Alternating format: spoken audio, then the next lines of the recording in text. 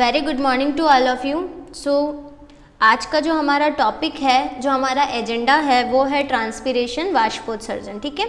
सो अभी तक हम फर्स्ट यूनिट के अंदर बहुत सारे टॉपिक कवर कर चुके हैं प्लांट फिजियोलॉजी से रिलेटेड। तो आज हमारा जो टॉपिक है वो है ट्रांसपीरेशन। ठीक है। तो ट्रांसपीरेशन के अंतर्गत हमको क्या क्या चीज़ें डिस्कस करनी है उसके बारे में हम बात करें तो सबसे पहली चीज़ जो है हमारा इंट्रोडक्शन। तो इंट्रोडक्टरी जो पार्ट है हमारा, उसके अंदर हम क्या क्या चीज़ें देखेंगे।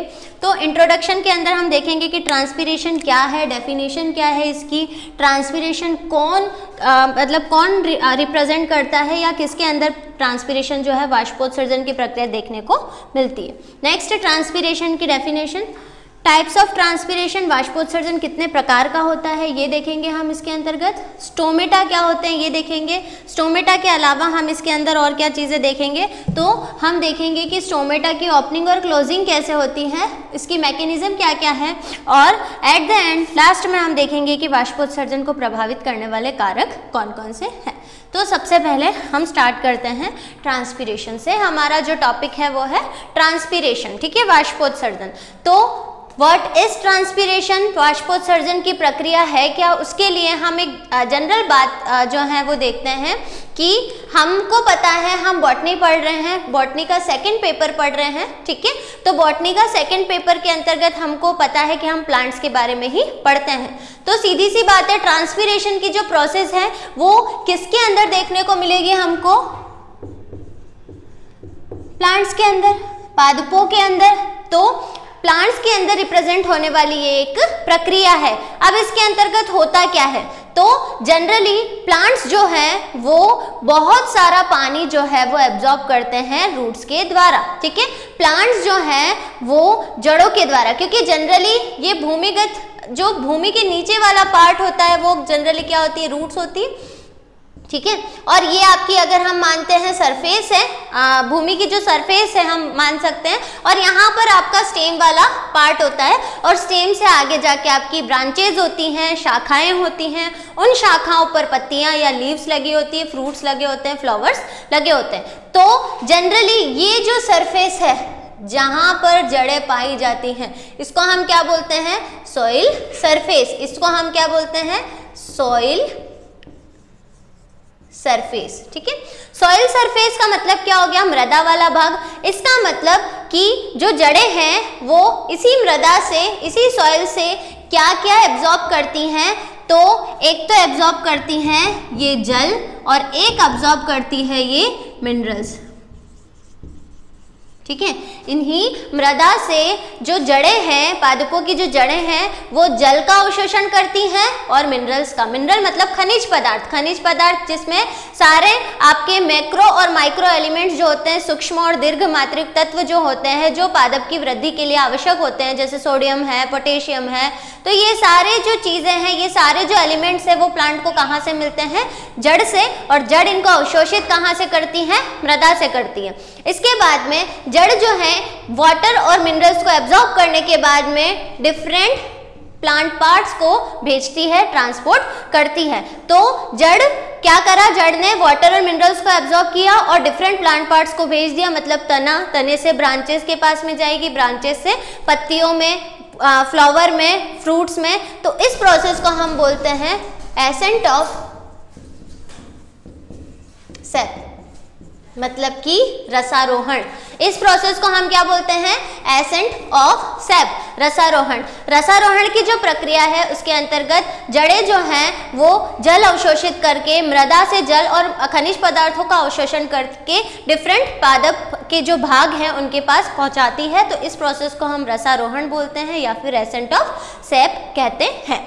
अब हमने बोला कि मान लीजिए प्लांट्स बहुत सारा पानी जो है वो एब्जॉर्ब करते हैं, बहुत सारा, मतलब कि प्लांट जनरली आवश्यकता से कहीं ज़्यादा पानी को, आवश्यकता से कहीं ज़्यादा वाटर को एब्जॉर्ब करती हैं, अवशोषित करती हैं। हमने मान लिया कि प्लांट जो है वो अगर 100% पानी एब्जॉर्ब कर रही है, तो इस 100% में से केवल 2 से 4% ही वो क्या करते हैं, यूज करते हैं। मतलब कि अगर 100% वाटर इन्होंने एब्जॉर्ब किया है तो उसमें से केवल 2 से 4% पानी ही वो अपनी मेटाबॉलिक प्रोसेस के लिए, वो अपनी उपापचयी प्रक्रिया के लिए उपयोग में लेते हैं। इसके अलावा जो 98% वाटर होता है, 98% या फिर 96 to 98% वाटर होता है, वो क्या होता है, वेस्ट होता है।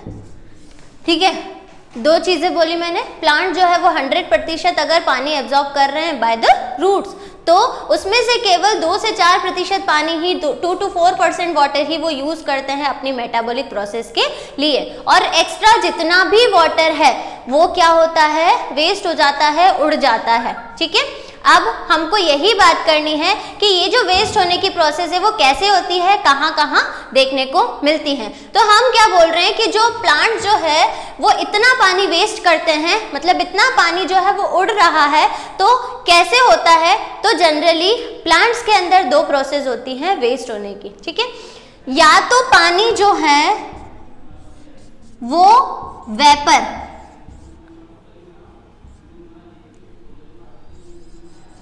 ठीक है, फॉर्म में वेस्ट होगा, या फिर वो फॉर्म होगा लिक्विड फॉर्म में। ठीक है, या तो वाटर जो है वो वेपर फॉर्म में आपका क्या होगा, वेस्ट होगा, या फिर वो होगा लिक्विड फॉर्म में। इसका मतलब होता है वाष्प और इसका मतलब होता है द्रव। ठीक है, तो अगर पानी जो है वो वाष्प के रूप में उड़ रहा है तो इस प्रोसेस को हम बोलते हैं ट्रांसपीरेशन, मतलब कि वाष्पोत्सर्जन जो हमारा टॉपिक है। मतलब कि वाष्प के रूप में जल की हानि को ही हम क्या बोलते हैं, ट्रांसपीरेशन या फिर वाष्पोत्सर्जन। मतलब कि loss of water in the form of vapour is known as transpiration. Second हम बात करते हैं, अगर वो लिक्विड फॉर्म में होगा, अगर जल की जो हानि है वो द्रव के रूप में होगी, बूंदों के रूप में होगी, तो उसको हम क्या बोलते हैं, इस प्रोसेस को हम बोलते हैं गटेशन। क्या बोलते हैं, गटेशन। हिंदी में इसको बोला जाता है बिंदु स्त्रवण, गटेशन या फिर बिंदु स्त्रवण। जनरली हम जो लीफ वाला पोर्शन, अब जनरली हम बात करेंगे कि गटेशन या फिर आपकी जो ट्रांसपीरेशन की प्रोसेस है वो देखने को कहाँ कहाँ मिलती है, प्लांट में कहाँ कहाँ हमको ये प्रोसेस जो है वो देखने को मिलती है। तो आप जनरली जब मॉर्निंग के टाइम पे, है ना, सुबह का जो टाइम होता है उस टाइम पर आप देखते हैं कि पत्तियां जो होती हैं, लीफ जो होती है, उनके किनारों पर इस प्रकार से पानी की बूंदे, है ना, सुबह सुबह के टाइम पे लीफ के ऊपर पानी की बूंदे दिखती हैं। तो ये पानी की बूंदे ही निकलना, मतलब यही द्रव के रूप में निकलती हैं और इसी प्रोसेस को हम क्या बोलते हैं, गटेशन कहते हैं। तो हमने देखा कि सुबह मॉर्निंग का जो टाइम होता है उस टाइम पर जो लीफ होती है, ठीक है, लीफ में क्या होता है कि जो किनारे होते हैं, लीफ का जो लेमिना वाला पोर्शन है, जो किनारों वाला पोर्शन है, वहां पर क्या होता है, पानी की बूंदें दिखाई देती हैं इस प्रकार से, और इस प्रोसेस को हम क्या बोलते हैं, गटेशन बोलते हैं। अब हमने बोला कि पानी की बूंदें किनारे वाले भाग पे निकलती है, इसका मतलब वहां पर कोई ना कोई सूक्ष्म छिद्र होंगे, कोई ना कोई पोर होगा, क्योंकि लीफ के किनारों पर पोर होते हैं, उसी पोर से, उसी छिद्र से पानी जो है वो निकलता है। तो इन पोर्स को हम क्या बोलते हैं, हाइपेनथोड, ठीक है, जलरंध्र जिसे जनरली कहा जाता है। तो ये प्रोसेस जो है वो गटेशन के अंदर हमको देखने को मिलती है। और इसके अलावा ट्रांसपीरेशन के प्रोसेस में हम क्या देखते हैं कि पानी जो है वो किस रूप में निकलता है, वाष्प के रूप में निकलता है। ठीक है, अब हमको ये देखना है, ये तो जनरल आपका इंट्रोडक्टरी पोर्शन हो गया। अब हमको डिटेल में पढ़ना है कि ट्रांसपीरेशन जो है वो एग्जैक्टली होता क्या है। तो नेक्स्ट अगर हम बात करते हैं ट्रांसपीरेशन की डेफिनेशन की,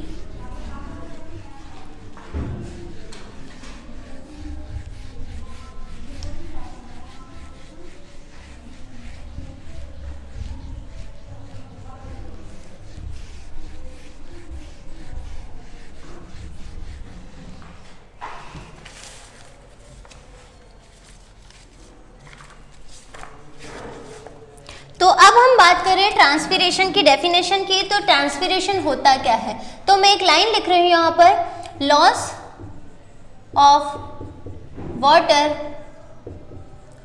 इन द फॉर्म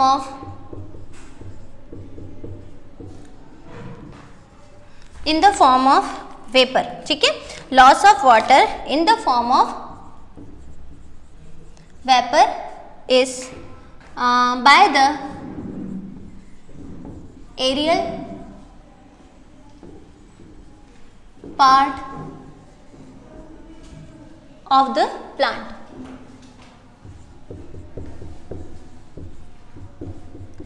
अब इस लाइन का क्या मतलब है, यहां पर हमने देखा कि loss of water in the form of vapour, मतलब कि वाष्प के रूप में जल की हानि, ठीक है, वाष्प के रूप में जल की हानि।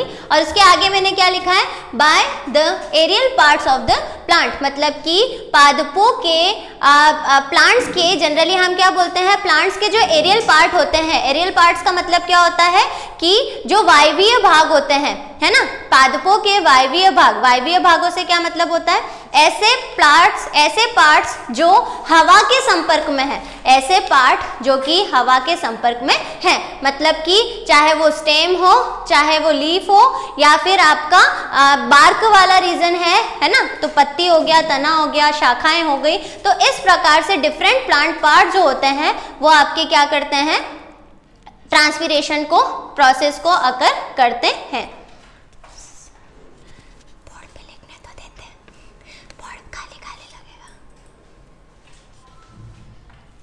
ठीक है। तो इस प्रोसेस को हम क्या बोलते हैं, ट्रांसपीरेशन या फिर वाष्पोत्सर्जन, ठीक है। अब यहाँ पर एक टर्मिनोलॉजी आ गई कि एरियल पार्ट्स क्या होते हैं, एरियल पार्ट मतलब वायवीय भाग। अब वायवीय भागों से क्या मतलब होता है, मैंने अभी आपको बताया कि ऐसे भाग जो हवा के संपर्क में, सीधे सीधे हवा के संपर्क में होता है, जैसे कि हम जानते हैं कि जड़ें जो हैं वो भूमिगत होती हैं, भूमि के अंदर होती है, वैसे ही हमारे पास में एरियल पार्ट्स में कौन कौन आता है, फॉर एग्जाम्पल लीफ हो गया, है ना, स्टेम हो गया, स्टेम की ब्रांचेस हो गई, तो एक्सेट्रा। ये जो अपर पार्ट है जो भूमि के ऊपर की तरफ है, हवा के संपर्क में है, वो क्या कहलाते हैं, एरियल पार्ट। तो इस प्रकार से हम कह सकते हैं कि पादपों के जो वायवीय भाग होते हैं उनके द्वारा अगर वाष्पोत्सर्जन हो रहा है, उनके द्वारा अगर पानी की हानि हो रही है, जल की हानि हो रही है, तो उसको हम क्या बोलते हैं, वाष्पोत्सर्जन। तो इस प्रकार से ये हमारी एक डेफिनेशन हो जाएगी वाष्पोत्सर्जन की, ठीक है। इसके बाद अब हमको देखना है कि टाइप्स ऑफ वाष्पोत्सर्जन या टाइप्स ऑफ ट्रांसपीरेशन जो है वो कितने प्रकार के हैं। तो अब हम देखते हैं टाइप्स ऑफ ट्रांसपीरेशन, ठीक है। टाइप्स ऑफ ट्रांसपीरेशन के अंतर्गत हम क्या क्या चीजें देखेंगे, तो जनरली हमको देखना है कि ट्रांसपीरेशन जो है वो कितने प्रकार का होता है, रंध्र जो होते हैं वो क्या होते हैं, तो इन सब पॉइंट्स के बारे में हमको डिस्कस करना है।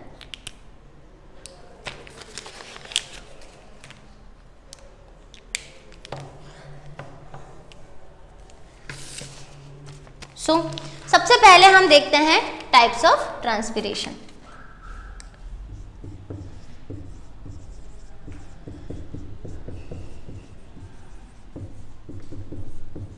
ठीक है, तो मैंने आपको बताया कि ट्रांसपीरेशन जो है वो कितने टाइप का होता है, कितने प्रकार का होता है, 3 प्रकार का।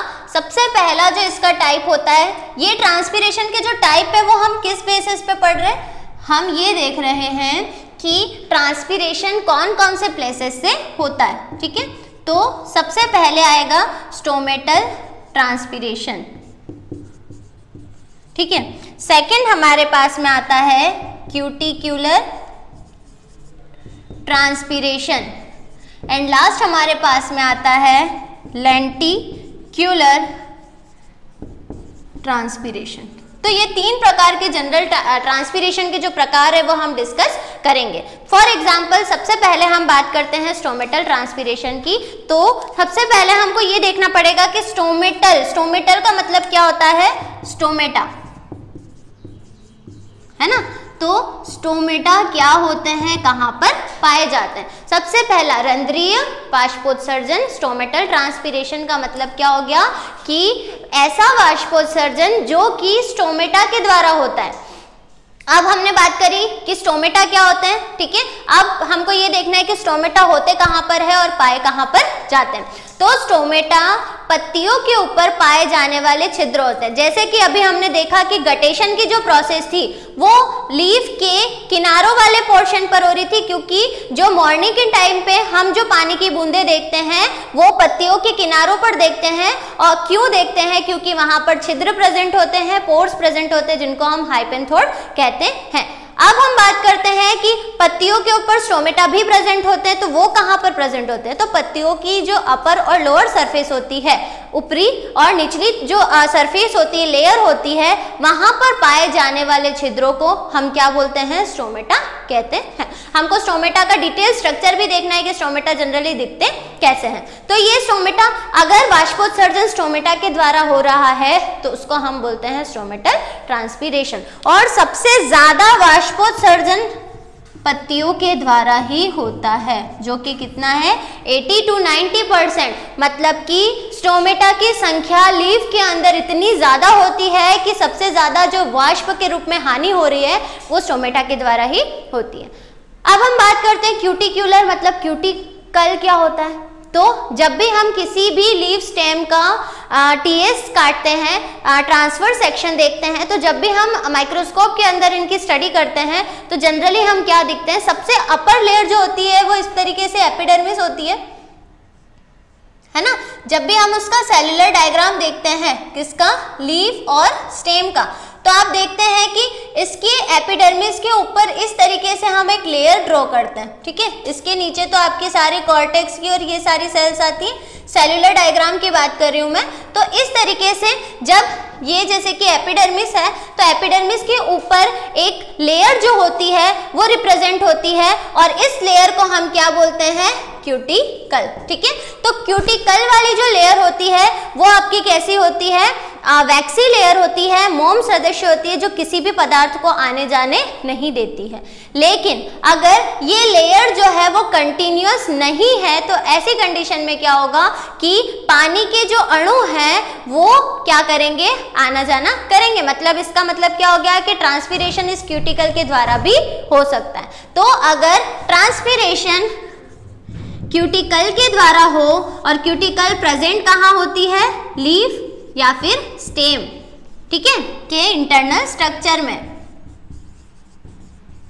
ठीक है। तो इस तरीके का जो ट्रांसपीरेशन है वो क्या कहलाता है? Cuticular transpiration. और जो परसेंटेज है वो इसका कितना है? 10 to 20%, ठीक है। मतलब कि टोटल ट्रांसपीरेशन का 10 से 20% वाष्पोत्सर्जन जो है वो किसके द्वारा होता है? क्यूटिकल के द्वारा।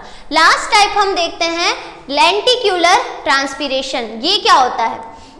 अब ये हमने देखा लीफ के ऊपर पाए जाने वाले छिद्र हैं, ये हमने देखा लीफ और स्टेम की इंटरनल स्ट्रक्चर का जब हम टीएस काटते तब हमको देखने को मिलती है, इसका मतलब प्रेजेंट तो है ये वहां पर। अब हम बात करते हैं लेंटिक्यूलर ट्रांसपीरेशन। तो लेंटिसेल्स ये किसके द्वारा होता है? लेंटिकल्स या फिर लेंटिसेल्स के द्वारा। तो ये इस प्रकार का जो ट्रांसपीरेशन है वो आपका कहाँ पर देखने को मिलता है? तो लेंटिसेल क्या होता है? सबसे पहली बात, लेंटिसेल होते हैं विशेष प्रकार के छिद्र या फिर पोर्स। क्योंकि अगर पानी निकल रहा है, पानी कहीं से बाहर जा रहा है, तो किसी न किसी पोर से ही निकलेगा, किसी न किसी छिद्र से ही निकलेगा। तो ये लेंटिसेल्स के द्वारा निकलता है। अब लेंटिसेल्स कहाँ प्रेजेंट होते हैं? लेंटिकल या फिर लेंटिसेल विशेष प्रकार के छिद्र होते हैं, विशेष प्रकार के पोर्स होते हैं, जो कि तना, स्टेम की जो बार्क होती है, तने की, जो वुडी प्लांट्स होते हैं ना, वुडी प्लांट्स मतलब काष्ठीय तना, उसकी जो बार्क होती है, छाल होती है, उसके अंदर जो पाए जाने वाले छिद्र होते हैं उनको हम क्या बोलते हैं? लेंटिकल्स या लेंटिसेल्स। तो अगर ट्रांसपीरेशन इसके द्वारा हो रहा है तो उसको हम क्या बोलेंगे? लेंटिक्यूलर transpiration.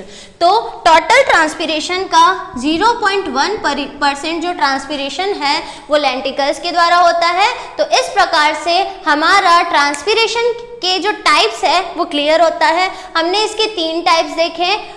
First is stomatal, second is cuticular, third is लेंटिक्यूलर।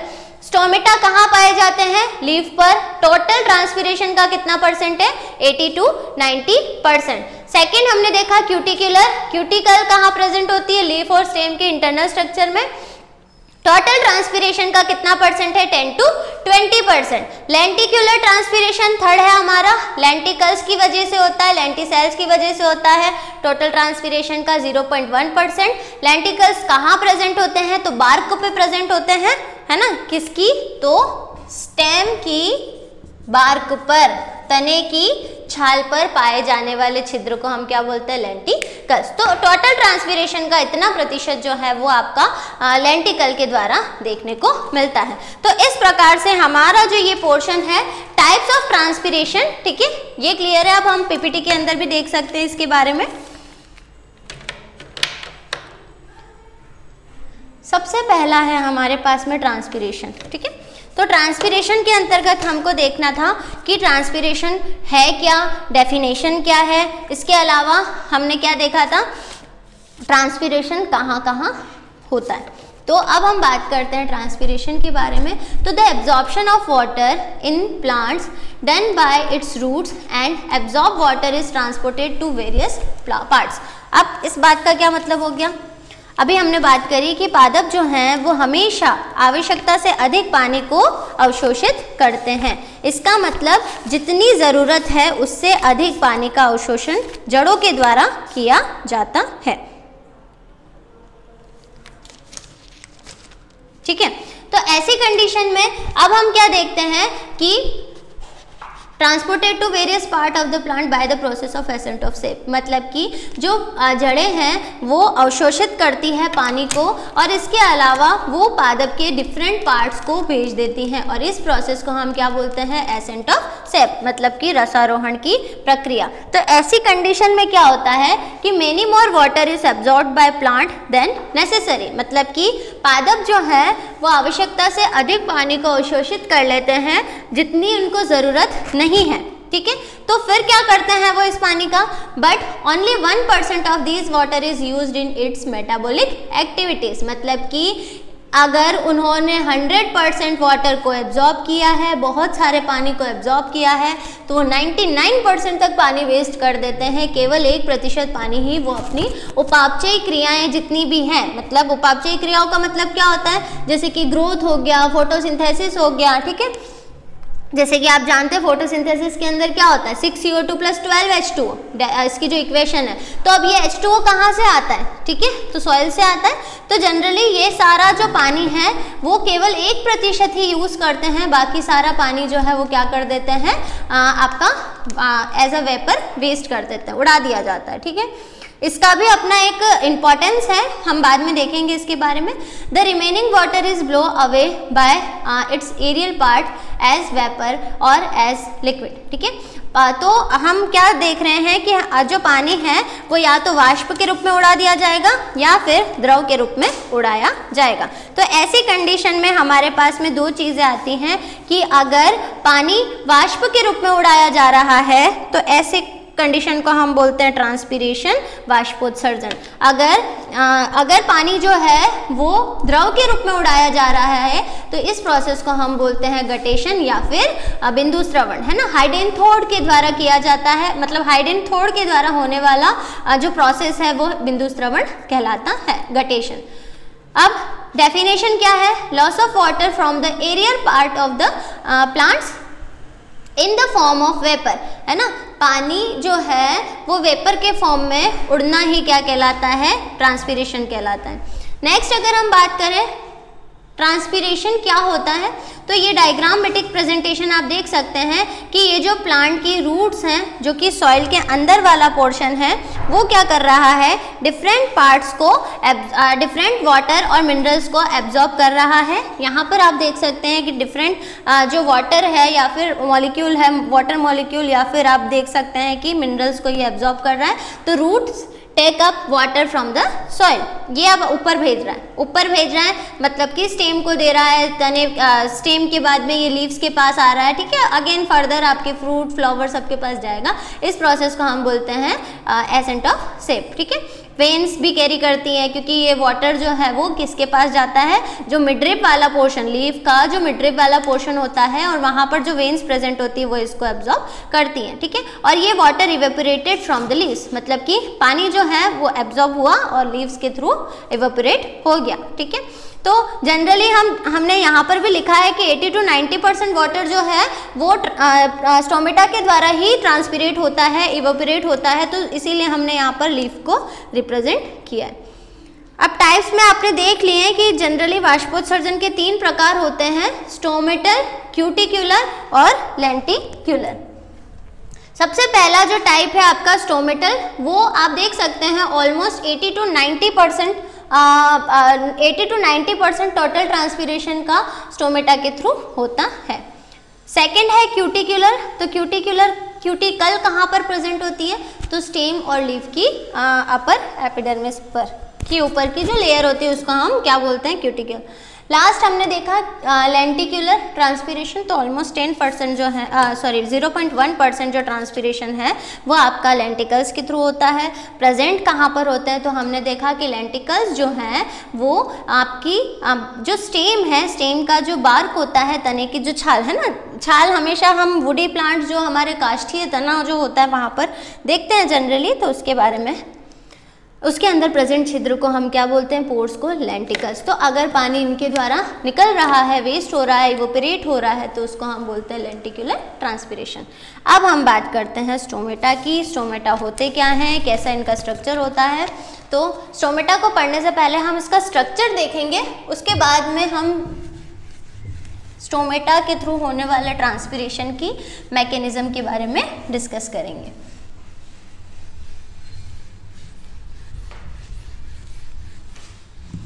किसी भी स्टोमेटा के अंदर, क्योंकि स्टोमेटा लीफ के अंदर प्रेजेंट होते हैं और सबसे ज़्यादा 80 to 90% ट्रांसपिरेशन हो रहा है, इसीलिए हम स्टोमेटल ट्रांसपिरेशन को डिटेल में पढ़ते हैं। तो किसी भी स्टोमेटा के स्ट्रक्चर के अंदर हमको मेन चीज़ें क्या देखने को मिलती है, तो सबसे इम्पॉर्टेंट जो चीज़ होती है वो होता है इसका गार्ड सेल, रक्षक कोशिका।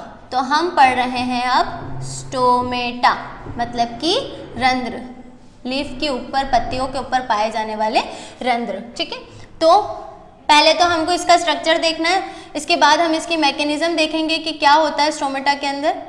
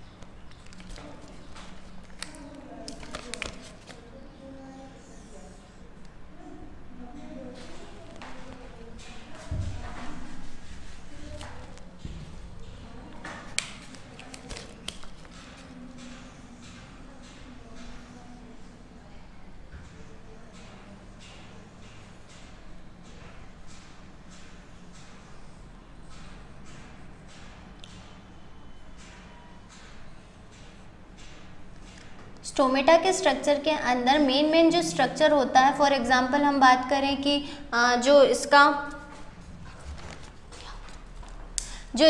आपका गार्ड सेल है या रक्षक कोशिकाएं हैं, इसका स्पेसिफिक रोल होता है। इसके अलावा ये आपकी जो सहायक कोशिकाएं होती हैं, ठीक है। जनरली आप सभी को पता है स्टोमेटा जो है उसके स्ट्रक्चर के अंदर कुछ इम्पॉर्टेंट पॉइंट्स होते हैं जो कि इनकी ओपनिंग और क्लोजिंग के अंदर हेल्प करते हैं। तो अगर हम बात करते हैं 3 तरीके के स्टोमेटा की अभी हम बात करेंगे, तो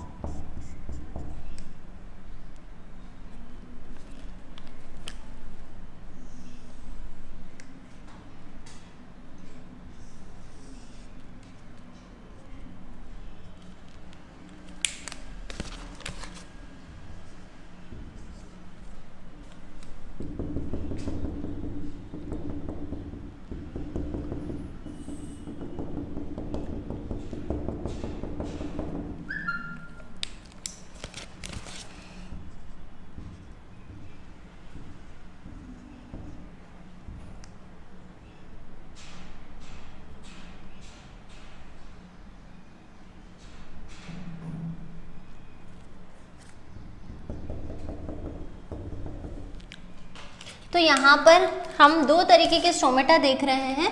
first is dicot stomata and second is monocot stomata. क्या होता है ये, क्या डिफरेंस है इन दोनों के अंदर, पहले तो हम ये देख लेते हैं। डाइकोट और मोनोकोट स्टोमेटा का मतलब क्या होता है कि डाइकोट मतलब आपके ऐसे प्लांट्स, डाइकोटिलिडन प्लांट्स जो होते हैं, ऐसे प्लांट्स जिनके सीड जो होते हैं वो आपके 2 इक्वल हाफ में डिवाइड हो सकते हैं, मतलब कि जिनके 2 बीजपत्र होते हैं सीड के अंदर, उनको हम बोलते हैं डाइकोट। और मोनोकोट मतलब सिंगल कोटिलिडन जो होता है उसको हम बोलते हैं मोनोकोट। तो अब हमको ये देखना था कि स्टोमेटा में क्या डिफरेंस होता है। तो डाइकोट स्टोमेटा आप देख सकते हैं। अब यहाँ पर अगर हम बात करें क्या क्या चीजें हैं इनके पास में, तो आप ये जो स्ट्रक्चर देख रहे हैं, मतलब कि ये और ये जो पार्ट है ये आपका कहलाता है क्या, तो गार्ड सेल या फिर रक्षक कोशिका, ठीक है। अब ये भी आपका यही हो गया, ये सेम चीज आपकी क्या हो गई, रक्षक कोशिका। दूसरी बात आप यहाँ पर देख सकते हैं गार्ड सेल की जो इनर वॉल है, मतलब कि इस तरीके की जो अंदर वाली भित्ति होती है, inner wall of guard cell या इनर लेयर हम बोल सकते हैं इसको, ठीक है। अंदर वाली भित्ति जो होती है वो मोटी होती है as compare to outer layer, मतलब कि आप यहाँ पर भी देख सकते हैं कि जो इनर लेयर है वो काफी मोटी है as compare to outer layer, ठीक है।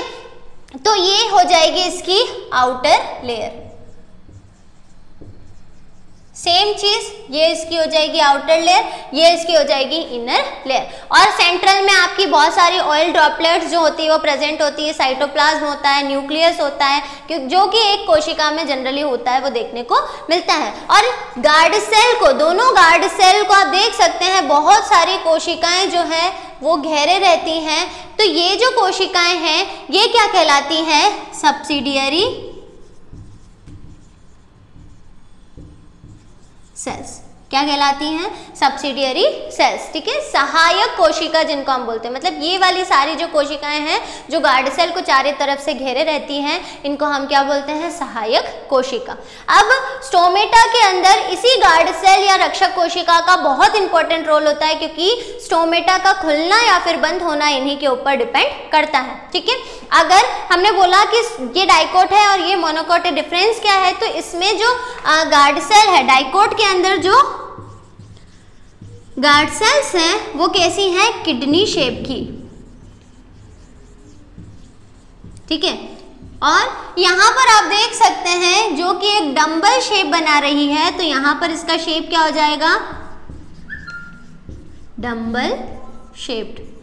तो इस प्रकार से हम देख सकते हैं यहाँ पर कि जो सेल्स होती हैं वो डिफरेंट क्या होती हैं, डिफरेंट शेप की होती हैं। सबके गार्ड सेल के बेसिस पर ही हम क्या करते हैं, इसको डाइकोट और मोनोकोट में डिफरेंस बता सकते हैं। इसके अलावा सभी चीज़ें कॉमन होती है, बस गार्ड सेल की बात है, क्योंकि इनर वॉल दोनों की थिक होती है और आउटर वॉल दोनों की कैसी होती है, थिन होती है, पतली होती है, ठीक है।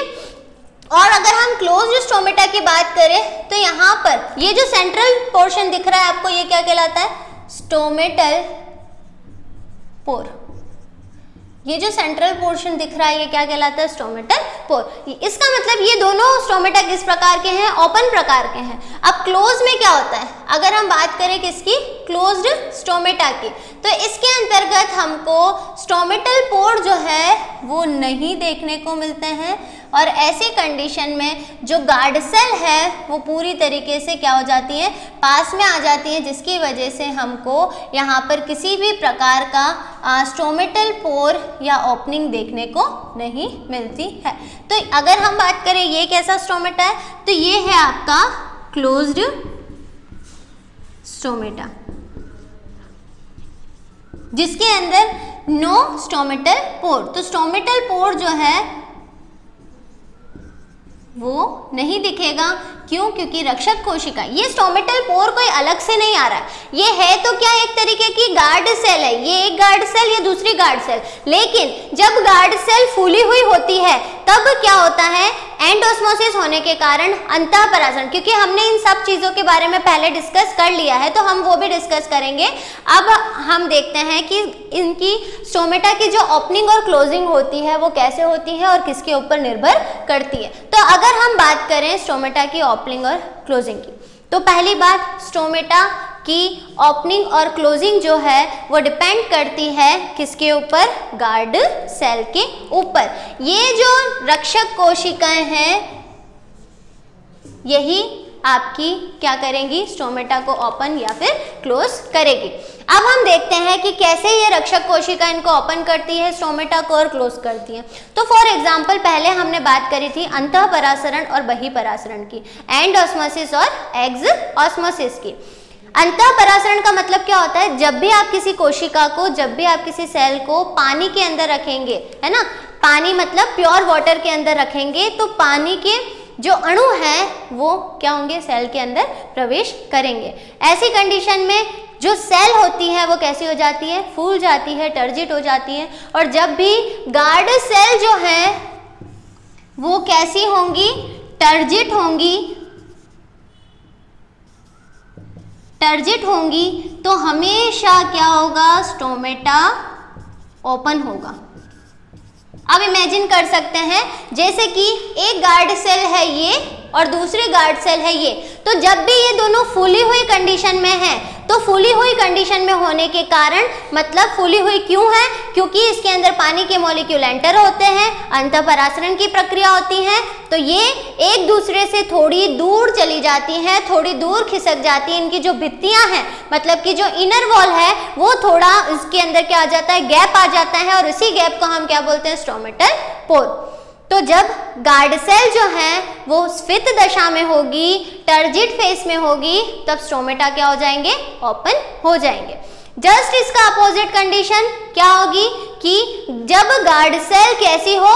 फूली हुई ना हो करके आपकी फ्लैसिड हो। तो जब गार्ड सेल कैसी हो? फ्लैसिड हो।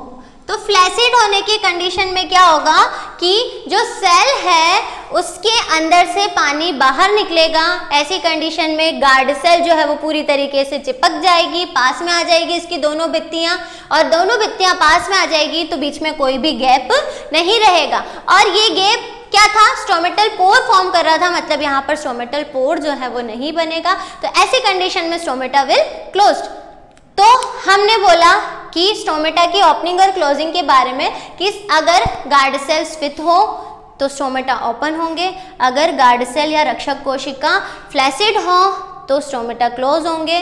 दूसरी बात, दिन के समय हमेशा स्टोमेटा ओपन रहते हैं, है ना, डे टाइम में हमेशा स्टोमेटा ओपन रहते हैं। जस्ट इसका अपोजिट नाइट या फिर डार्क में स्टोमेटा विल क्लोज। क्यों? क्योंकि दिन के समय लीव्स के अंदर, पत्तियों के अंदर, क्योंकि स्टोमेटा कहाँ पर प्रेजेंट है? लीफ के अंदर प्रेजेंट है, तो दिन के समय लीव्स के अंदर क्या होता है? फोटोसिंथेसिस की प्रोसेस होती है। फोटोसिंथेसिस का मतलब क्या होता है? प्रकाश संश्लेषण। तो इस प्रक्रिया के दौरान लीफ जो है वो क्या फॉर्म करती हैं, लीफ जो है वो फॉर्म करती है ग्लूकोज। फोटोसिंथेसिस की जो इक्वेशन है वो क्या है, 6CO2 plus 12H2O, it gives C6H12O6, it means glucose, है ना, प्लस 6O2 प्लस 6H2O, ये सब फॉर्म होता है, सनलाइट और पिगमेंट की प्रेजेंस में होती है। तो हम बोल रहे हैं कि दिन के समय लीव्स के अंदर, पत्तियों के अंदर प्रकाश संश्लेषण की प्रक्रिया होती है और इस प्रक्रिया के दौरान ग्लूकोज का फॉर्मेशन होता है, जिसकी वजह से स्टोमेटा के अंदर कंसंट्रेट, मतलब लीफ के अंदर जो है वो कंसंट्रेशन बढ़ती है और क्या होता है, स्टोमेटा जो है वो ओपन होते हैं। रात के समय प्रकाश संश्लेषण की प्रक्रिया नहीं होती है, तो ऐसी कंडीशन में क्या होता है, स्टोमेटा क्लोज रहते हैं। तो स्टोमेटा की ओपनिंग और क्लोजिंग के लिए डिफरेंट हाइपोथेसिस भी दी गई थी, अलग अलग मत भी दिए गए थे, लेकिन जनरली दो बातें कही जाती हैं। जब स्टोमेटा या जब गार्ड सेल जो है, रक्षक कोशिका जो है वो आपकी टर्जिट होंगी तो स्टोमेटा ओपन होंगे, और जब फ्लैसिड होगी तो स्टोमेटा क्लोज होंगे। दिन के समय स्टोमेटा ओपन रहते हैं, रात के समय प्रकाश संश्लेषण की प्रक्रिया न होने के कारण स्टार्च फॉर्मेशन होने लगता है, जिसके कारण स्टोमेटा जो है वो क्लोज हो जाते हैं। इसके अलावा बहुत सारे साइंटिस्ट ने अलग अलग प्रयोग किए, जैसे कि कुछ साइंटिस्ट ने बोला कि दिन के समय पीएच जो होती है वो 7 से ज़्यादा होती है, तो ऐसी कंडीशन में स्टोमेटा ओपन होते हैं, या 7 से कम की कंडीशन में स्टोमेटा क्लोज रहते हैं। तो इन सब साइंटिस्ट के बीच में एक मत आया था, active potassium ion transfer theory. तो इसका जो थ्योरी जो है वो दिया किसने था, लेविट, एक साइंटिस्ट थे, लेविट के द्वारा दिया गया था। इसका मैं एक फ्लो चार्ट भी बनाऊंगी यहाँ पर, लेकिन इस मत में कहा क्या गया था वो मैं आपको बता रही हूँ। जो active potassium ion transport theory, इसका मतलब पोटेशियम क्या होता है, K+, पोटेशियम का मतलब क्या होता है, K+। इस थ्योरी का दूसरा नाम ये था proton transport theory, proton it means H+। अब क्या बात हो गई, दो बातें हो गई। हम एक सिद्धांत के बारे में पढ़ रहे हैं, क्योंकि हम बोल रहे हैं कि अलग अलग साइंटिस्ट ने इसको समझाने के लिए अलग अलग सिद्धांत दिए थे, जिसमें से सर्वमान्य सिद्धांत जो माना जाता है वो कौन सा है, active potassium ion transport theory, सक्रिय पोटेशियम आयन विनिमय सिद्धांत। इसके अंतर्गत पोटेशियम का मतलब हो गया K+, या फिर इसका दूसरा नाम क्या है, प्रोटॉन ट्रांसपोर्ट थ्योरी, इसका मतलब हो गया H+। इसका मतलब कि स्टोमेटा का खुलना या फिर बंद होना इन दो आयंस पर डिपेंड करता है, H+ और K+ पर। तो कब कौन सी कंडीशन में क्या होगा उसको समझने के लिए अगर हम बात करें, तो इस थ्योरी का जो जनरल बेस है वो ये कहा गया कि दिन के समय डे टाइम में क्या होता है कि अंदर की तरफ आपके K+ जब भी एंटर करेंगे, कहाँ पर, गार्ड सेल के अंदर, तो हम यहाँ पर बात करते हैं कि जब भी इस प्रकार से K+ आयन जो है वो क्या हो, गार्ड सेल के अंदर एंटर करें, तो ऐसी कंडीशन में स्टोमेटा जो होते हैं वो ओपन होते हैं। और रात के समय क्या होता है कि ये जो K+ आयन है ना, वो तो हो जाते हैं एग्जिट, मतलब कि हमने बोला K+ गार्ड सेल से बाहर और अंदर एंटर कौन करता है, H+। तो H+ आयन तो अंदर जा रहे हैं गार्ड सेल के, और K+ आयन गार्ड सेल के बाहर जा रहे हैं, तो ऐसी कंडीशन में हमेशा स्टोमेटा क्लोज होगा। यहाँ पर हम बात करें तो K+ तो एंटर हो रहे हैं, तो बाहर कौन निकल रहा है, H+। तो ऐसी स्थिति में जब भी K+ आयन जो है वो गार्ड सेल के अंदर जाएंगे, इट मीन्स स्टोमेटा ओपन होंगे। जब K+ आयन गार्ड सेल से बाहर निकलेंगे, इट मीन्स स्टोमेटा क्लोज होंगे। क्यों होता है ये एंट्री और क्लोजिंग, उसके बारे में हम डिस्कस करेंगे। जैसे कि दिन के समय में हम सबको पता है मैलिक एसिड का फॉर्मेशन होता है, और रात के समय में नहीं होता है, मैलिक एसिड के स्थान पर एब्सिसिक एसिड बनने लग जाता है। तो मैलिक एसिड का क्या स्पेसिफिक फंक्शन होता है, क्या रोल होता है, क्यों स्टोमेटा ओपन होते हैं, तो इसका जो बेस है वो क्या है, जब भी K+ एंटर करेगा, H+ बाहर निकलेगा, स्टोमेटा ओपन। जब भी H+ एंटर करेगा, यहाँ पर नहीं है ना, H+ कहाँ एंटर करेगा, इस वाले एरिया, ये क्या है, गार्ड सेल, तो ऐसी कंडीशन में क्या हो जाएगा, स्टोमेटा विल क्लोज। अब हम एक फ्लो चार्ट बनाएंगे, उसके बाद में हम देखेंगे कि ये चीज़ें कैसे होती हैं। उसके पहले हम देख लेते हैं पीपीटी के अंदर।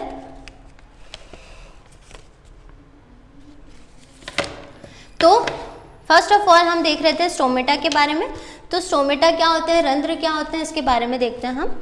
तो these are microscopic pores found on the surface of the leaf, मतलब कि स्टोमेटा जो होते हैं वो बहुत सूक्ष्म छिद्र होते हैं, माइक्रोस्कोपिक छिद्र होते हैं, पोर होते हैं, जो कि कहाँ पर पाए जाते हैं, लीफ की सरफेस पर पाए जाते हैं। सेकंड बात ये है कि स्टोमेटा जो है वो लीफ की दोनों सरफेस पर पाए जाते हैं, अपर सरफेस और लोअर सरफेस, लेकिन स्टोमेटा की जो मात्रा है, स्टोमेटा की जो संख्या है वो हमेशा लीफ की लोअर सरफेस पर अधिक होती है। इसी कारण पत्ती की जो निचली त्वचा होती है, लोअर सरफेस होती है, वो थोड़ी रफ होती है, क्योंकि वहाँ पर स्टोमेटा की संख्या क्या होता है, ज़्यादा होती है as compare to upper layer. अब हम बात करते हैं स्टोमेटा जो है वो माइक्रोस्कोपिक छिद्र होते हैं, पोर होते हैं, लीफ की सतह पर पाए जाते हैं। इसके बाद में each stomata is surrounded by two distinct types of extracellular cells, कि आपके जो स्टोमेटा है वो किसके द्वारा सराउंडेड रहते हैं, तो दो सेल्स के द्वारा सराउंडेड रहते हैं, आवृत रहते हैं, जिसको हम क्या बोलते हैं, गार्ड सेल, रक्षक कोशिका। और इन सारा जो ओपनिंग और क्लोजिंग ऑफ स्टोमेटा है वो किस पर डिपेंड करेगा, इन्हीं गार्ड सेल पर।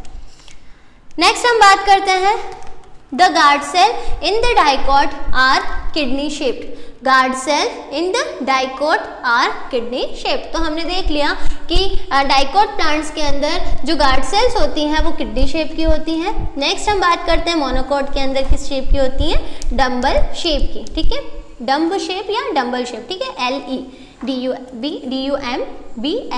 डम्बल शेप, ठीक है, LE नहीं है यहाँ पर, तो आप देख सकते हैं। नेक्स्ट हम बात करते हैं किसकी, तो the outer wall of the guard cell is thin and the inner wall is thick. अब आप देख सकते हैं अंदर की जो लेयर है, आप बोर्ड पे देखें तो बोर्ड पे भी आपको अंदर की जो लेयर है वो थिक दिख रही है और आउटर लेयर जो है वो थिन दिख रही है, ठीक है। अराउंड ये जो पोर है सेंटर में जो हम स्टोमेटल पोर बनाते हैं, ये पोर एग्जैक्टली होता कब है, जब भी गार्ड सेल जो है वो एक दूसरे से दूर होती है। दोनों गार्ड सेल जो है, आवरण जो है वो एक दूसरे से दूर होंगे तभी वो पोर क्रिएट होगा। The outer wall of the guard cell is thin and inner wall is thick. Around the guard cells are epidermal cells are present, जिसको हम क्या बोलते हैं, डिफरेंट साइज की होती है, डिफरेंट शेप की होती है, डिफरेंट साइज की होती है, और इन सेल्स को क्या कहा जाता है, सेकेंडरी सेल्स, एसेसरी सेल्स, या फिर एक्स्ट्रा सेलुलर सेल्स, या फिर सब्सिडियरी सेल। इन शॉर्ट सहायक कोशिका या रक्षक, सहायक कोशिका या हेल्पिंग सेल्स इनको हम बोलते हैं। अब यहाँ पर आप डायग्राम देख सकती हैं स्टोमेटा का। तो जनरली ओपन और क्लोज स्टोमेटा यहाँ पर दिखा रखा है। तो ओपन स्टोमेटा के अंदर डाइकोट की बात कर रहे हैं, तो ओपन स्टोमेटा के अंदर ये आप देखेंगे तो ये एक आपका, ये आपका एक क्या हो गया, पूरा स्टोमेटा हो गया, गार्ड सेल हो गई, ये आपकी दूसरी गार्ड सेल हो गई, और सेंट्रल में ये टर्जिट फेज में होने के कारण सेंट्रल में क्या बन रहा है, तो ये जो पोर है उसको हम बोलते हैं स्टोमेटल पोर, ठीक है। अब नेक्स्ट हम बात करें तो वैक्यूल हो गया, गार्ड सेल हो गई, ठीक है, न्यूक्लियस हो गया, थिक वॉल हो गई। इनर वॉल हमेशा कैसी होती है, थिक होती है। क्लोरोप्लास्ट हो गया, स्टोमेटा, एपिडर्मल और थिन वॉल सेल। यहाँ पर आप क्लोज है तो आप देख सकते हैं यहाँ पर स्टोमेटा में किसी भी प्रकार की रक्षक कोशिकाओं में गैप जो है वो नहीं है, तो इस वजह से स्टोमेटा जो है वो कैसे है, क्लोज्ड है। नेक्स्ट हम बात करते हैं स्टोमेटा के ओपनिंग और क्लोजिंग की जो मैकेनिज्म है उसके बारे में अगर हम बात करें तो स्टोमेटा जो है ना, कब खुलेंगे और कब बंद होंगे उसके बारे में अभी हमने डिस्कस किया। तो स्टोमेटा जो है, the mechanism of opening and closing of stomata depends on the inflation of their guard cell, मतलब कि गार्ड सेल की स्थिति पर निर्भर करता है कि स्टोमेटा ओपन होंगे या फिर क्लोज होंगे। According to the structure of the pore, है ना, मतलब कि जो स्टोमेटल पोर का जो स्ट्रक्चर होता है अगर हम उसकी बात करें, उसके बेसिस पर देखें तो ऐसे कंडीशन में हम क्या देखते हैं कि according to the structure of the pore, the inner wall sides of the pore of the guard cell is thick and the outer wall is thin, ठीक है। स्ट्रक्चर की बात करी हमने तो हमने देखा था कि इनर जो वॉल होती है वो कैसी होती है, थिक होती है, और आउटर वॉल कैसी होती है, थिन होती है, ठीक है।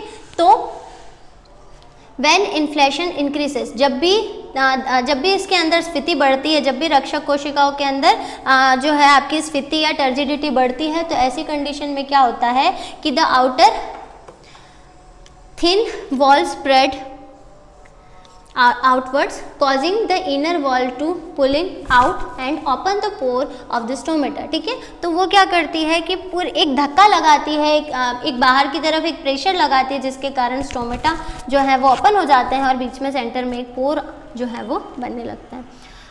इसका अगर हम अपोजिट देखें तो when the guard cell flaccid, जब भी ये गार्ड सेल जो है वो कैसी होगी, फ्लैसिड होगी, आपकी कैसी होगी, जो है अपोजिट कंडीशन में होगी, सिकुड़ जाएगी, तो ऐसी कंडीशन में क्या होगा कि then its outer and inner wall come to their प्रेडिसियर as a result the pores of the stomata close. ठीक है, मतलब कि जब भी ये अपोजिट कंडीशन में आएगी तो ऐसी कंडीशन में स्टोमेटा विल क्लोज। ठीक है, अब लास्ट हमको एक थ्योरी पढ़नी है, active potassium ion transport theory. तो फर्स्ट ऑफ ऑल मैं इसका एक फ्लो चार्ट बनाऊंगी, उसके बाद में मैं आपको बताऊंगी कि ये थ्योरी एग्जैक्टली है क्या, क्योंकि हमने इसका ब्रीफली डिस्कस तो कर ही चुके हैं हम कि ये जो है वो एग्जैक्टली किसके बारे में है।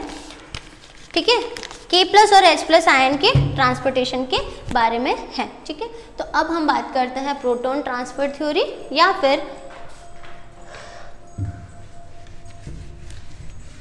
Active potassium ion transfer theory.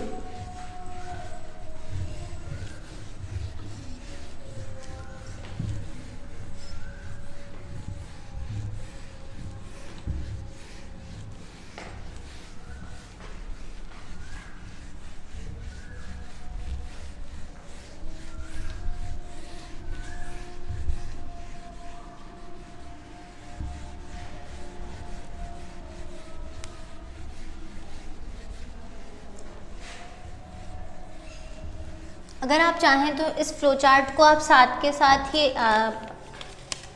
बना सकते हैं। तो हमारी जो नेक्स्ट थ्योरी का नाम है वो क्या है, एक्टिव पोटेशियम आयन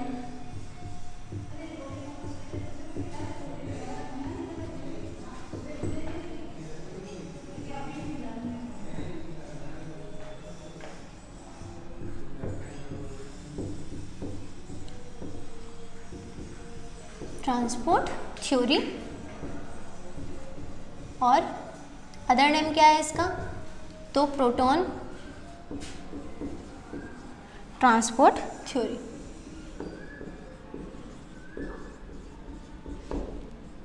ठीक है, मतलब पूरी थ्योरी जो है वो दो आयंस पर डिपेंड करेगी। पूरी थ्योरी जो है हमारी जो है ये K+ पोटेशियम मतलब K+ आयन, और K+ आयन के ट्रांसपोर्ट मतलब उस पर डिपेंड करेगी, और प्रोटॉन का मतलब हो जाएगा H+ आयन। ठीक है, तो ये तो हमारी थ्योरी है active potassium ion transport theory या फिर potassium transport theory, proton transport theory. अब हमको ये देखना है कि सबसे पहले मैंने आपको बताया कि ये जो थ्योरी है वो किसके द्वारा दी गई थी। तो ये जो थ्योरी है वो दी गई थी प्रपोज्ड बाय लेविट 1974 के आसपास दी गई थी ये थ्योरी लेविट के द्वारा। ठीक है, सिद्धांत जो है वो लेविट ने समझाया था, लेकिन इस जो थ्योरी का जो फ्लो चार्ट जो मैं अभी बनाने जा रही हूँ ये दिया था नोगल और फ्रिट्ज करके एक साइंटिस्ट है, तो इनके द्वारा ये सिद्धांत का जो फ्लो चार्ट है वो प्रस्तुत किया गया था। तो ये तो है कौन, थ्योरी को, ठीक है, थ्योरी जो है वो प्रपोज बाय, ये लिख सकते हैं हम, थ्योरी को प्रपोज किसने किया, तो लेविट ने किया। अगर हम बात करें इसके फ्लोचार्ट की तो वो प्रस्तुत किया था नोगल एंड फ्रिट्ज ने। ठीक है, 1976 में। ठीक है, ये फ्लोचार्ट दिया गया था। ठीक है, तो सबसे पहले मैं फ्लोचार्ट ड्रॉ करूंगी यहाँ पर कि क्या कैसे जो प्रोसेस होती है ओपनिंग और क्लोजिंग की वो किस प्रकार से बताई थी। तो हम देखते हैं in day time, day time में क्या क्या प्रोसेसेस होती हैं लीव्स के अंदर, कैसे स्टोमेटा ओपन होते हैं। और यहाँ पर हम बात करते हैं in opposite condition night time. ठीक है, फर्स्ट ऑफ ऑल दिन के समय में कौन कौन सी प्रक्रियाएं होती हैं गार्ड सेल के अंदर, तो उसके बारे में हम देखें तो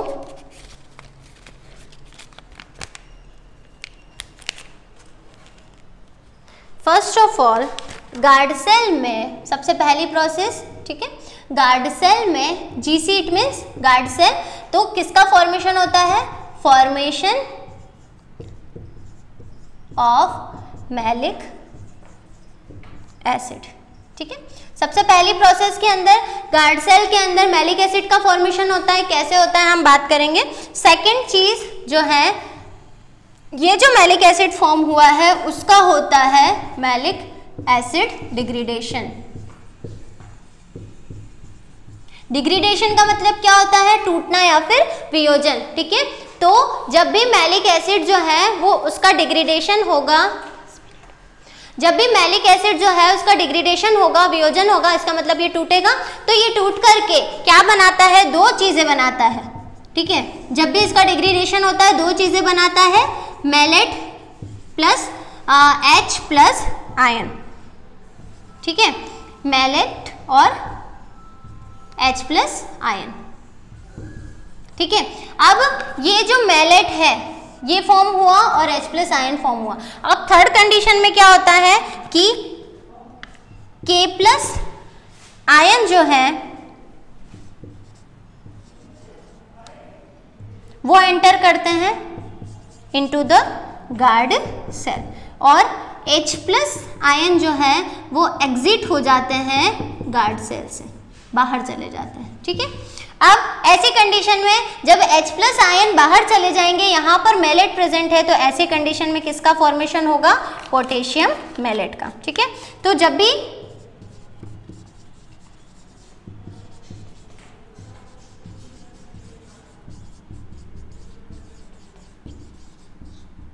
ठीक है, नेक्स्ट कंडीशन, ये जो पोटेशियम आयन है वो कहाँ पर प्रेजेंट, पोटेशियम मैलेट है वो एंटर करता है वैक्यूल्स में।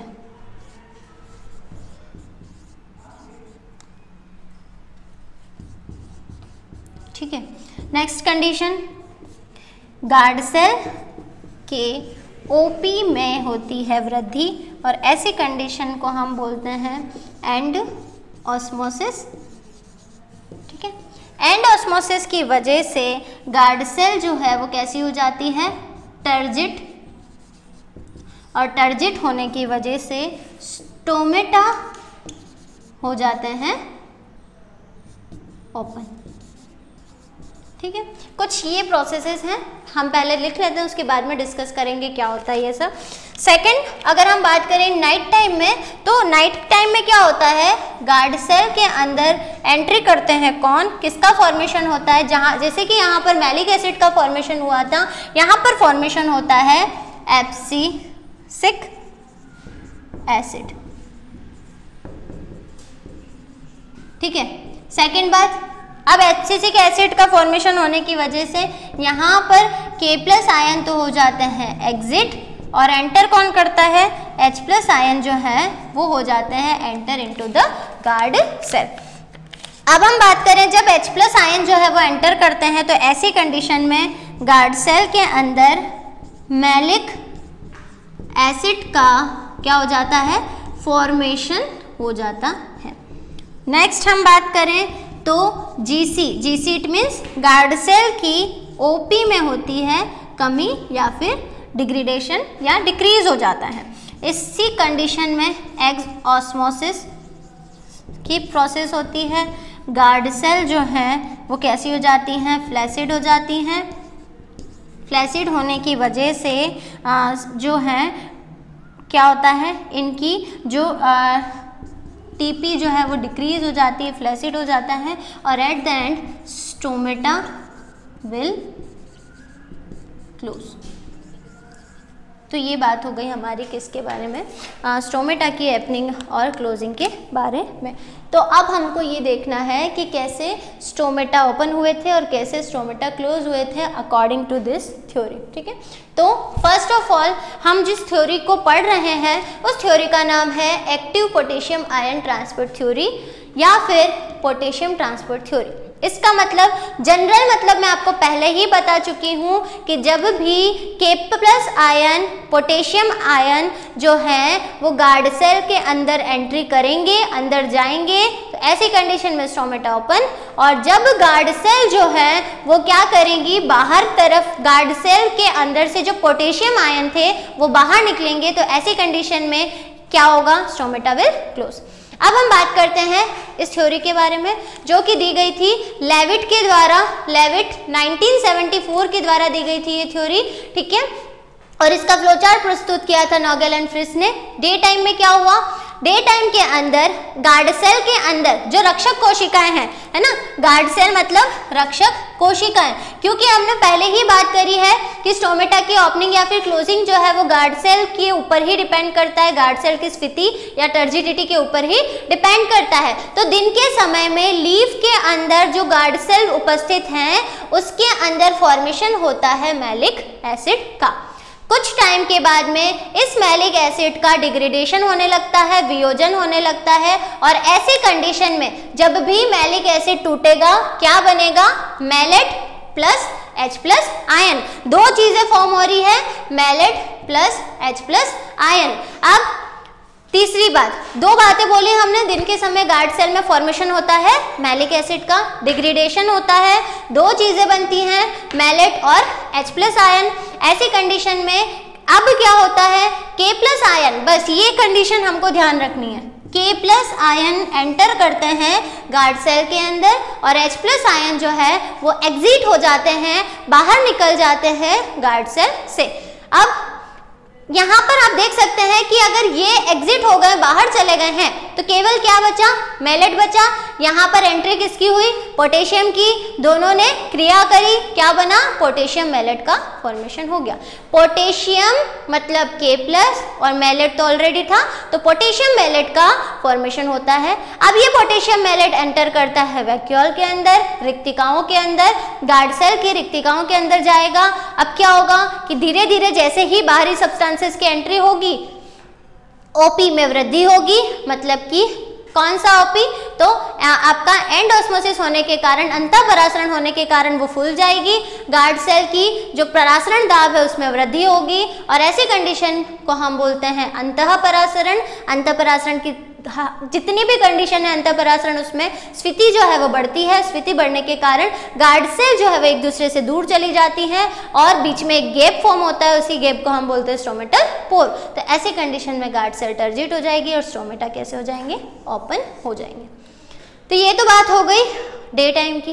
अब इन नाइट टाइम क्या होता है, गार्ड सेल में मैलिक एसिड फॉर्मेशन ना हो करके बनता क्या है, एब्सिसिक एसिड, जिसको हम ABA के नाम से भी जानते हैं, एब्सिसिक एसिड, ABA। ये जो एब्सिसिक एसिड है वो एक तरीके से काम करता है as a plant inhibitor, plant growth inhibitor की तरह काम करता है, जो कि प्लांट की ग्रोथ की को इनहिबिट करता है। इसके फॉर्मेशन की वजह से K+ आयन बाहर चले जाते हैं गार्ड सेल से और H+ आयन एंटर करते हैं गार्ड सेल के अंदर।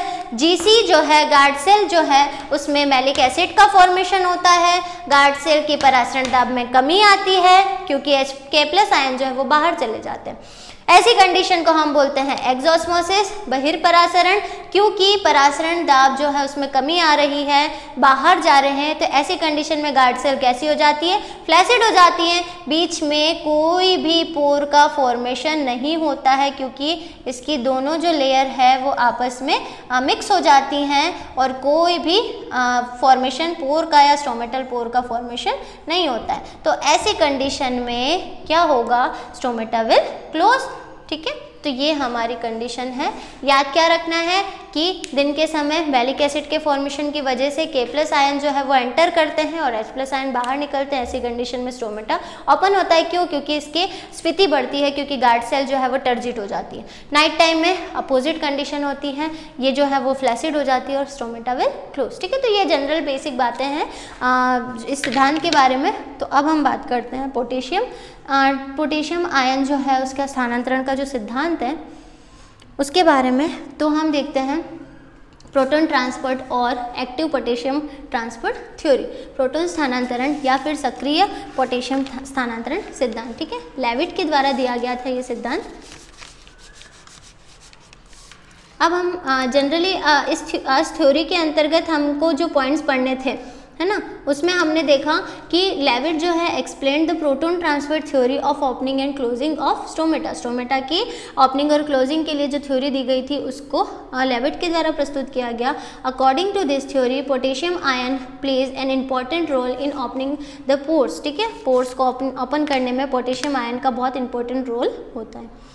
According to this method, malic acid is entered in guard cell in light, which dissociated into malate and hydrogen ion. In this way, H plus ion now exits cells and K plus ion now enters the cell. H plus बाहर चले जाते हैं, K plus जो है वो enter कर जाते हैं। K प्लस जब भी एंटर करेंगे it reacts with the malate, जो कि आपके गार्ड सेल के अंदर ऑलरेडी प्रेजेंट है, तो बना क्या देगा, potassium malate, which is transferred to the vacuole of the cell. In the presence of potassium malate, water from the guard cell is transmitted to the cell throughout the osmosis, ठीक है, osmosis की वजह से उसके अंदर enter करता है। The pore open due to the influx of the guard cell, guard cell जो है वो फूल जाती है, इसकी वजह से स्टोमेटा जो है पोर जो है वो ओपन हो जाते हैं। When the opposite process happens the stomata will close, मतलब इसकी जस्ट अपोजिट कंडीशन जैसा कि हमने देखी, तो वहाँ पर क्या हो जाएगा, स्टोमेटा क्लोज हो जाएंगे। यही इसका हिंदी का जो मतलब है, ठीक है।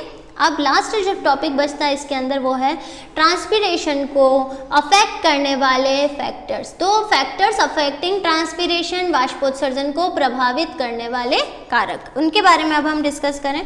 तो वाष्पोत्सर्जन की जो प्रक्रिया है वो बहुत सारे कारकों के द्वारा प्रभावित होती हैं। जो एक्सटर्नल फैक्टर होते हैं, बाहरी कारक होते हैं, ठीक है, उनको हम बोलते हैं बाह्य कारक या फिर एक्सटर्नल फैक्टर, मतलब बाहर से जो प्रभावित करने वाले कारक है। फॉर एग्जांपल हम बात करें तो एयर की, लाइट की, टेम्परेचर की, तो ये सब होते हैं बाहरी कारक। और आंतरिक कारक का मतलब क्या होता है, जो प्लांट की लीफ के अंदर प्रेजेंट होता है, लीफ के ऊपर डिपेंड करता है। तो फर्स्ट इज एक्सटर्नल फैक्टर्स की अगर हम बात करें, बाह्य कारक की अगर हम बात करें, तो फर्स्ट है इसका ह्यूमिडिटी ऑफ एयर, मतलब कि वायु की आर्द्रता, मतलब कि अगर एनवायरमेंटल एयर जो है, हवा जो है वो नमी वाली है, तो ऐसी कंडीशन में रेट ऑफ ट्रांसपीरेशन डिक्रीज होगा, कम होगा। क्यों? क्योंकि नमी की कंडीशन में स्टोमेटा से बराबर, स्टोमेटा के अंदर फोटोसिंथेसिस की प्रोसेस नहीं हो पाएगी या उसकी भी रेट कम होगी। तो ऐसी कंडीशन में पोर जो है वो जनरली क्या होते हैं, क्लोज्ड, या फिर जनरली इसमें ज़्यादा ट्रांसपीरेशन की प्रोसेस नहीं होती है। टेम्परेचर अगर इंक्रीज होगा तो स्टोमेटा या ट्रांसपीरेशन की रेट बढ़ेगी। अगर हवा की मात्रा अधिक है तो ट्रांसपीरेशन की रेट बढ़ेगी। एटमॉस्फेरिक प्रेशर, दाब अधिक है, तो ऐसी कंडीशन में जो ट्रांसपीरेशन है वो होगा। अवेलेबल वाटर, ये सबसे इम्पोर्टेंट पॉइंट है, क्योंकि जो रूट्स एब्जॉर्ब करती हैं वाटर, वो जितना एब्जॉर्ब करेगी उतना ही ट्रांसपीरेशन होगा। तो प्राप्य जल या अवेलेबल वाटर भी क्या है, एक इम्पॉर्टेंट रोल प्ले करता है in the process of transpiration. Light का तो इम्पॉर्टेंट रोल है ही, क्योंकि दिन के समय ही ट्रांसपीरेशन जो है वो ज़्यादा होता है। नेक्स्ट अगर हम बात करें इंटरनल फैक्टर की, तो इंटरनल फैक्टर में हमको दो चीज़ें बता रखी हैं, एक है रूट शूट रेशो और दूसरा है लीफ की structure. First is root shoot जो रेशो है, इसका मतलब कि रूट और शूट का रेशो, इसका मतलब तने की मात्रा कितनी है, तने की जो ब्रांचेस हैं उनकी संख्या कितनी है, उसका अनुपात कितना है, कि तने का साइज कितना है। जितना बड़ा तना होगा उतने ही ज़्यादा उसके अंदर पोर्स होंगे, उतने ही ज़्यादा उसका अंदर ट्रांसपीरेशन की प्रोसेस होगी। लीफ की संरचना, लीफ स्ट्रक्चर, मतलब कि लीफ जो है आपकी वो उस पर भी डिपेंड करेगा कि ट्रांसपीरेशन कितना होगा। लीफ अगर छोटी है तो सीधी सी बात है उसके अंदर पोर्स जो हैं, स्टोमेटा जो है वो कम होंगे, तो ट्रांसपीरेशन भी कम होगा।